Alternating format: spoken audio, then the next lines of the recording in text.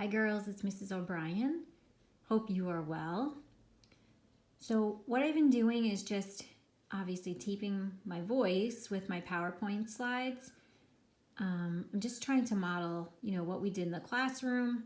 So I figure we'll go through the presentation. I posted this on your Google Classroom so you could easily access it if you want to follow along with me.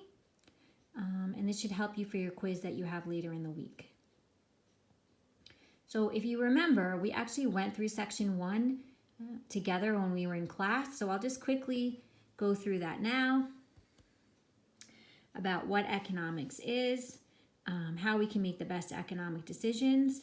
And economics is the study of how you make choices to meet your needs. So again, I'm not going to go too much into detail in section 1, but remember, economics is not necessarily the study of money or the stock market, but really just decisions that you and I make every day, the government makes, businesses make, and how those decisions, meet our needs.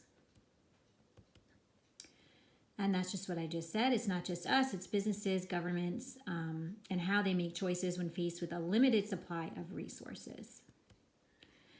We also discussed the difference between a need and a want. So this was pretty basic. A need is something we need for survival, food, medical care, water, shelter, whereas wants are, video games, haircuts, something that we want in our life, but really isn't necessary for survival. So usually our wants list is way longer than our needs list, right? But that is the modern society that we live in. And, how do we satisfy those needs and wants? What is a good and what is a service? So goods are physical objects that someone produces, whereas services are actions or activities. So, a physical object is a chair, a desk, a computer, a phone, whereas a service is, the service that the auto mechanic provides for you when he fixes your car, she fixes your car, or the service I'm doing now by trying to teach you girls virtually. Right? So that's, it's not tangible. And then we talked about scarcity versus shortage. So remember, they're not the same thing. Scarcity always exists, whereas a shortage occurs when consumers want more of a good or service than producers are willing to make at a particular price. And then we went into our discussion about entrepreneurs, and we had really fun with this, right? We often see entrepreneurs on QVC, Shark Tank, and entrepreneurs are really just simply people who decide how to combine resources to create goods and services. And they're usually, willing to take a risk to do so. And we went through some traits. They're smart, they're perseverant, they, don't take no for an answer. They're patient because, a lot of times their first pitch or the first prototype of their good or service, might not be successful, but they keep going until they, again, achieve that level of success. So here were some Shark Tank success stories, the Scrub Daddy, the ugly Christmas sweaters, etc. So when we mentioned the entrepreneurs before, we said that they were really good at combining the factors of production, which are land, labor, and capital. So land is all natural resources used to produce goods and services. So the land you actually stand on, or, it could be oil or coal, anything that comes from the earth. Labor is the effort people devote to tasks for which they are paid. So, the people working on an assembly line in a factory, a car assembly line, making computers, my labor teaching you. And then capital could be either physical capital. So that's a human-made object. So right now this computer is physical capital that I am using to create a service for you girls. And human capital is my knowledge. So that is, what I gained through my education, my experience as a teacher, that I am able to bring that to you girls. So, a doctor, his or her time at medical school, that would be their human capital. Physical capital is their stethoscope, their thermometer, their EKG machine. We can skip over this. And then, everything involves land, labor, and capital. So you got a coffee today, remember the land is the Starbucks store, also could be where the Starbucks got their coffee beans from. The labor is the barista making your coffee, that person, and then the capital is the spoon, the frothing machine, the coffee grinder, right? All of those things help to make your latte. Okay, girls, so now we're going to move on to opportunity cost. And, because economics oh my goodness, sorry, girls, the study of decisions, how does this affect what decisions you make in your everyday life? So each choice we make involves trade-offs. So ultimately, you're giving up the benefit for another. So opportunity cost is the single most desirable alternative given up due to a trade-off, right? So every economic decision we make involves trade-off. And the most desirable choice given up is the opportunity cost. So again, you decide to go to watch a movie on Friday night with your friends instead of going out for pizza, right? So the opportunity cost is that opportunity to go out for pizza with your friends. And doesn't that just sound lovely right now? Wouldn't we all love to go to the movies or out for pizza this Friday night? We'll get there again, girls. So then a trade-off is something we're giving up that may seem appealing. And after thinking about it, we have given them up because we chose the best option, right? So again, we're constantly making decisions in our lives. So is government, so are businesses, right? So you often are making these trade-offs that involve land, labor, and capital, those 3-factor resources. So for example, we all pay taxes, or I pay taxes. If you work, you pay taxes as well.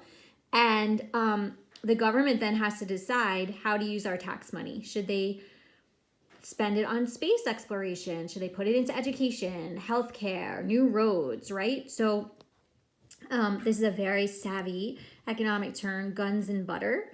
So if a country decides to make more military goods, that's the guns, they'll have fewer resources to produce consumer goods, butter, right? So they're choosing between guns and butter, and there's an obvious trade-off there, right? So any trade-off you make will always include an opportunity cost, right? That most desirable option given up. So you choose to go to the movies, you're giving up the opportunity to go for pizza. So this is just a very fancy decision-making grid, right? So you make a choice, you make a chart to help you make decisions, right? All of your choices, the benefits, the cons. I'm a list maker. Perhaps you made a similar chart when you were looking at colleges, right? And try to decipher all the pros and cons of each school, right? So this is a very simple decision-making grid. This is making the decision between sleeping late or waking up early to study for a test. So I hope you can see, just look on your PowerPoint yourself so I don't have to explain every last detail. But if you sleep late, obviously the benefits are sleeping in, having more energy during the day, but then you're giving up possibly that better grade on the test, teacher approval, parent approval, etc.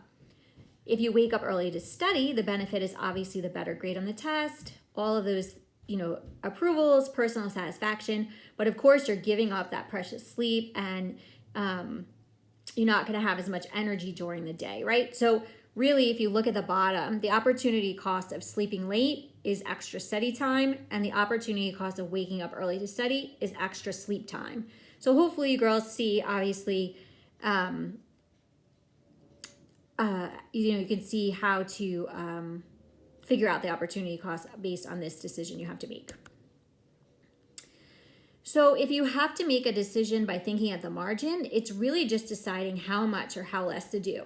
So if you look at that example of sleeping in versus studying for a test, you want to find out what is going to give you the greatest benefit and the greatest profit, right? So the marginal cost is just the expense of adding one more, and the marginal benefit is, what did I gain by adding that one more? And it'll make sense when we look at the chart again.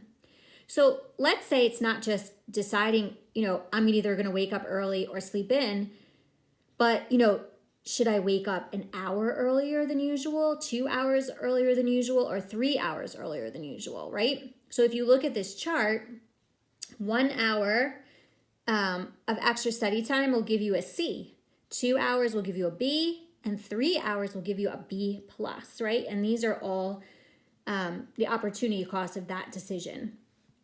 So what is the opportunity cost of 1 extra hour of sleep? So 1 extra hour of sleep, you're giving up. So what do you think you're giving up?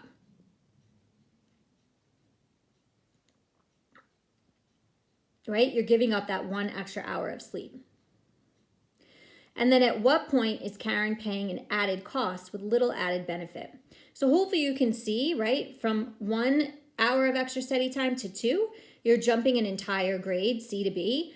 But look, when you add in the third extra hour of study time, you're not jumping to the A, you're only going to get a B plus. So at that point, you're adding this extra third hour with very little benefit. So at that point, it might not be worth it. You might say the best course of action for me is just wake up 2 hours early and I'll get a B on that test. So the last section, girls, I encourage you to watch this video. It's, Crash Course Economics. And the link, again, is on the presentation, which I provided for you. They do a really great job of explaining it. But the production possibilities curve is really just showing alternative ways to use resources. So you can compare 2 different resources. In this example, it's quantity of butter versus quantity of guns.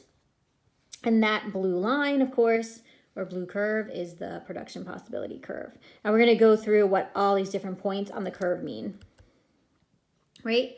So that curve depicts all maximum output possibilities for 2 goods. So we flip back, you can only compare 2 items. So this is pretty simple math, right? So if you were comparing producing shoes and lip gloss, right? That's all you can look at, guns and butter, on the one graph. So again, it's just the possibility for 2 goods. And then just remembering your factors include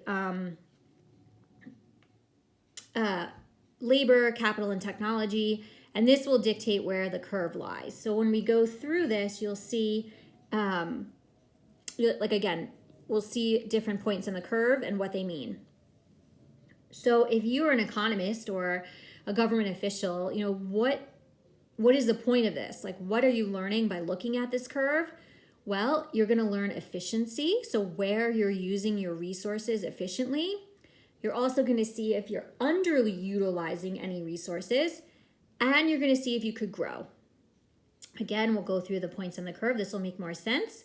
And then you're also going to see cost, right? So if your production is shifting from making one good or service to another, you're going to need more and more resources, right, to increase production. That just makes sense, and we'll go through that again on the curve. So again, just looking at this graph, a little math, like one commodity is on the x-axis, one on the y, and then at each point on the arc, so I'm going to go back. So at point B on the arc, D on the arc, anywhere on the arc is an efficient use of your resources, okay? So that's an efficient number of 2 commodities that can be produced with available resources. So if you watch this next video, it does a great job of explaining how the curve can shift, all right? So I just mentioned that any point on the curve, so B, A, or C, is efficient. So you are using your resources to make the most efficient output of sugar and pizza when you're at A, B, or C, okay?